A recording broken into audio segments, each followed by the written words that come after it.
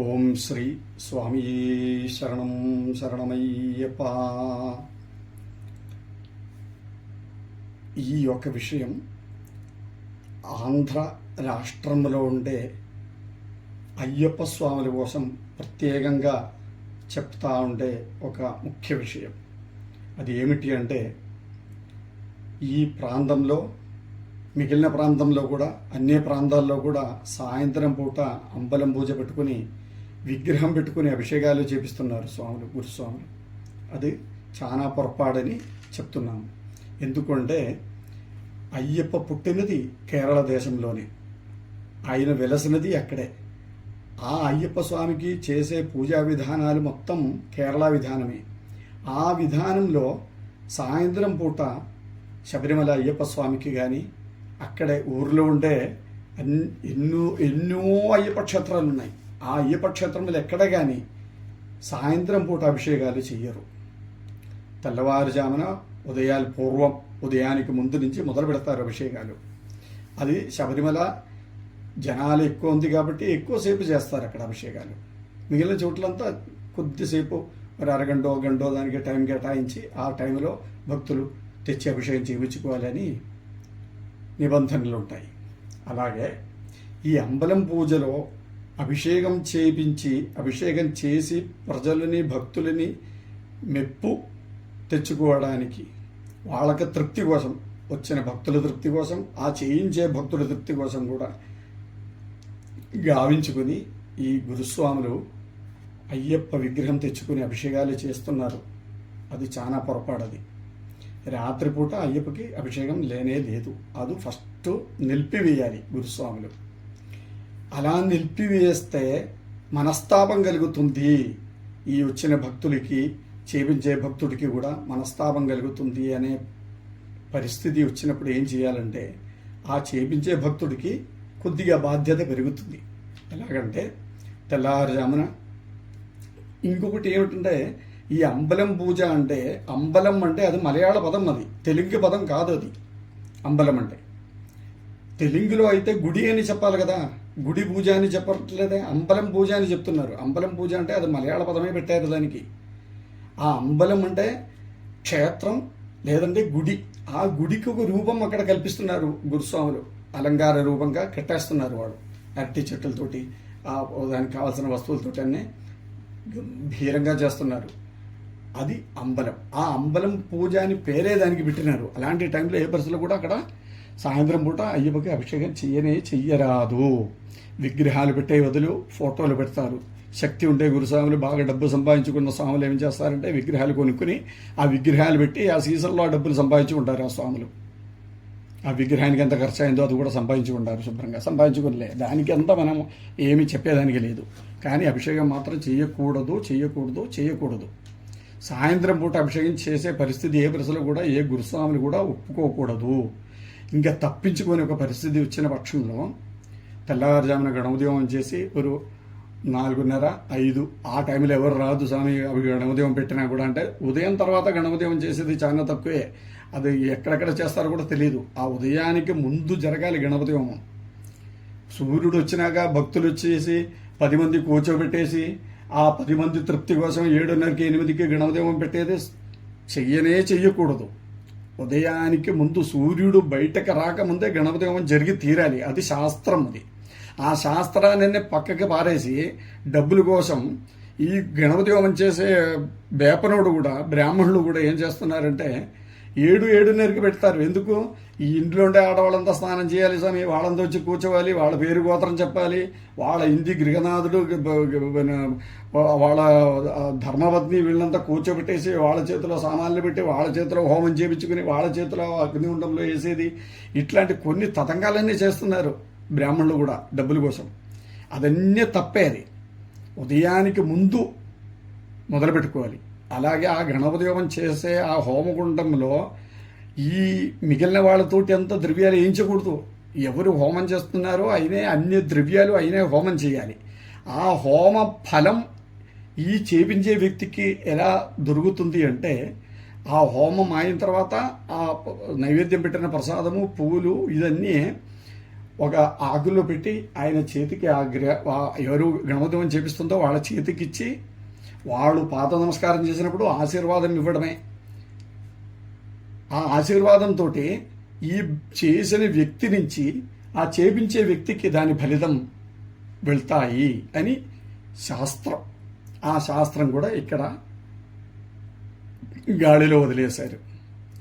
ఆ గణపతివం తర్వాత 7:30, 8:30 ఈ లోపల మీరు టైం ఫిక్స్ చేసుకుని మహాభిషేకానికి విగ్రహం పెట్టుకొని మహాభిషేకం చేయించుకోండి. మహాభిషేకం అంటే నెయ్యి, తేనె, పాలు, పెరుగు, ఎళనీరు, పనినీరు, విభూతి, గంధం, ఇదే 8 రకాలు. పంచామృతం లేదు దానిలో. ఆ పంచామృతం శబరిమల చేస్తూ ఉన్నారు. ఎందుకంత శబరిమల ఎందుకు చేస్తున్నారంటే అదో 9వ రకం అయిపోతాయి. అది లేదంటే ఇంకొక రకం పక్కకు పెట్టుకోవాల్సి వస్తుంది. దానిలో ఏది పక్కకు పెట్టేదానికి కూడా లేదు. పంచామృతం అంటే వీళ్ళు స్వాములు ఏం చేస్తున్నారంటే బక్కటి చేస్తారు. ఎందుకు? ఈ వచ్చిన వాళ్ళకంతా గ్లాసులో పోసి ఇచ్చేదానికి. పంచామృతం ఎలా చేసేయాలంటే 5 రకాలు దానిలో పడాలి. పాలు, పెరుగు అంతా లేదు దానిలో. అరటిపండు, అది కదళీ ఫలం అంటారు కేరళలో. ఆ కదళీ ఫలమే వాడతారు. ఇక్కడ పాళెంగూడం వాడతారు. పాళెంగూడం కాదు, కదళీ ఫలం. ఆ కదళీ ఫలానికి ఈ ప్రాంతం ఆ అరటిపంటే దొరకట్లా. ఆ బెంగళూరు నుంచి మదనపల్లి దాకా వస్తున్నాయి ఆ అరటిపండు. అది దానికి ఏలక్కాయ ఏదో పేరు చెప్తా ఉంటారు ఈ ప్రాంతం ఉండేవాడు. అది కదళీ ఫలానికి సమానంగా ఉండే అరటిపండే. అది చిన్నగా వస్తాయి. 1 కేజీ 60 రూపాయలు 70 రూపాయలు ఉంటుంది. అది ఆ అరటిపండే వాడాలి పంచామృతానికి. ఆ అరటిపండు, కల్కండం, తేనె, నెయ్యి, బెల్లం, ఈ 5 రకాలు మిక్స్ చేసుకుని పడని పంచామృతాలు డబ్బాలు దొరుకుతున్నప్పుడు మనకి ఎలా కనపడుతుంది అట్లా చేయాలి. శబరిమల కూడా అట్లే చేసేది. అది చేపించిన వాళ్ళకి తెలుస్తుంది పంచామృతం అంటే ఏమిటో అని. ఆ పంచామృతం పోయి ఇక్కడ ఏం చేస్తారంటే పాలు, పెరుగు, అన్ని రకాల ఫ్రూట్స్ దానిలో వేస్తారు. అన్ని రకాల ఫ్రూట్స్ వేసేసి బాగా పంచదార, జీడిపప్పు, కిస్మిస్సులు, రుచికి సంబంధించినది ఏమేమి కావాలో మొత్తం కలిపేసి అందరికీ తాగేదానికే చూస్తారు. ఎంతమంది వస్తారో 50 మంది వస్తారన్న సమయం 2 పక్కరికి చేసేయి అని అంతవరకు వచ్చినాయి. ఆ అయ్యప్పకి చేసి ఈ పంచామృతం మొత్తం అయ్యప్పకి పోయాలంటే ఎన్ని అవస్థలు పడాలి చెప్పండి. దానికి ఏం చేస్తారంటే ఈ స్వాములు దానిలో కొద్దిగా దేవుడికి పోసేసి అది తీసుకొచ్చి దీనిలో కలిపేస్తారు. అయిపోయింది అక్కడ అభిషేకం. అప్పుడు ఈ అభిషేకం తప్పించని పరిస్థితిలో ఏ పరిస్థితిలో కూడా తప్పదు అనే పరిస్థితిలో తెల్లవారుజామున గణపతి హోమం పెట్టి 8:30కి అభిషేకాలు పెట్టి మధ్యాహ్నానికి అందరికీ భోజనాలు పెట్టండి. ఈ 8:30కి గణపతి అభిషేకం అయిపోయిన తర్వాత టైం ఉంటే లక్షార్చన, ప్రత్యేక పూజలు ఇవన్నీ చేపించుకోవచ్చు. దీపాలు పెట్టి స్వామి అయ్యప్ప భక్తులతోటి చేపించుకుని మధ్యాహ్నం గంభీరంగా భోజనాలు పెట్టేయండి. ఎన్ని రకాలు మీకు శక్తి ఉందో అన్ని రకాలు పెట్టి తినిపించండి స్వాముల్ని. కడుపు నిండిపోని శుభ్రంగా. ఏకభుక్తం చెప్పేస్తే మధ్యాహ్నం మాత్రం తినొచ్చు, తప్పే లేదు. అదే తెల్లవారుజామున అల్పాహారం, సాయంత్రం కూడా అల్పాహారమే చేయాలి. సాయంత్రం భజనా కార్యక్రమాలు. ఈ సాయంత్రం భజనా కార్యక్రమాలు 11:30కంతా ముగించుకోవాలి. ఎందుకంటే ఆ భిక్ష తినేదానికి టైం కల్పించాలి స్వాములకి. ఆ భిక్ష కూడా అన్ని రకాలు పెట్టి కడుపు నింపకూడదు స్వాములకి. ఆ కడుపు నింపాలి స్వామికి. కడుపు నింపితేనే కానీ వాళ్ళ ఆశీర్వాదాలు రాదు అనే పరిస్థితి వచ్చినప్పుడు ఈ 3 పూటలు ఉండే పూజా కార్యక్రమాలు పెట్టుకొని తెల్లారి గణపతి హోమం, 8:30కి మహాభిషేకం, దాని మధ్యలో లక్షార్చన, మధ్యాహ్నానికి కడుపు అందరికీ భోజనం పెట్టడం, సాయంత్రం అంబలం పూజ, ప్రత్యేకంగా పూజ. అంబలం పూజ అంటే భజనలు చేసినాక 11:30కి నిలిపేయండి. ఆ నిలపడంతో హరివరాసనం, పడిపాటు హరివరాసనం అంతా అయిపోవాలి 11:30కి. ఈ 12:30 దాకా ఒక్కరికి మించి ఒక్కరికి పాట పాడుతూ ఉంటే 12కి నిలిపేసింది అనుకోండి, 12:30 అరగంట లోపలికి వీళ్ళు అందరితో భిక్ష అవ్వదు. 12:30 దాటిందంటే అది సద్ది లెక్కలోకి వస్తుంది. దాన్ని మలయాళంలో కొళుత్ అంటారు. ఆ కొళుత్తు స్వాములు తినకూడదు. కొళుత్తు అంటే సద్య కాదు, పంబా సద్య. అది కూడా వీళ్ళు రాంగ్ ప్రొనౌన్సియేషన్లో పంబా సద్యే అంటారు. పంబా సద్ది కాదు, పంబా సద్య. సద్య అంటే విభవ సమర్థమైన భోజనం అని మలయాళ పదం. అది సద్య, పంబా సద్య. పంబా సద్ది కాదు, పంబా సద్ది అంటే అర్ధరాత్రి దాటిపోయి మిగిలిన అన్నం లేదంటే మిగిలిన భక్షణ పదార్థాలు సద్ది అంటారు. ఆ సద్ది ఆవకూడదు. ఆ అక్కడ తయారు చేసిన భోజన వస్తువులు, భోజన సామగ్రిలు అన్నీ సద్ది కాకుండా స్వాములు వారు తినాలంటే, వచ్చిన భక్తులు తినాలంటే 11:30కి భజన నిలిపివేసి భోజన కార్యక్రమాలు, తిండి కార్యక్రమాలకు వదిలేయాలి స్వాముల్ని. 12:30కి అంతా అయిపోవాలి.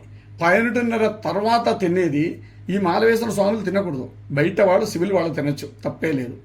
వాళ్ళకి సద్య అయిపోయినది తిన్నా, ఏది తిన్నా కూడా వాళ్ళకి అది వర్తించదు. అయ్యప్ప స్వాములు, భజనకు వచ్చిన అయ్యప్ప స్వాములు, మాల వేసిన స్వాముల వరకు మాత్రమే ఈ రూల్స్ వర్తిస్తుంది, ఈ నిబంధనలు. కాబట్టి గురుస్వాములు ఏం చేయాలంటే ఫస్టే చెప్పాలి భక్తులకి, ఒకరికొకరు మించికి పాడుకోండి. మీ ఆనందం ఎంత ఆనందంగా పాడాలంటే అంత ఆనందంగా పాడుకోండి మీరు. కానీ 11:30కి హరివరాసనం పడిపాటు హరివరాసనం కూడా అయిపోవాలి. అప్పుడు 11 గంటకి నిలిపేస్తే 11:30కి ఇదన్నీ అయిపోతాయి. 1 గంట సేపులో ఈ అయ్యప్ప స్వాముల భోజన కార్యక్రమాలు కూడా అయిపోవాలి. ఇది ముఖ్య విషయం.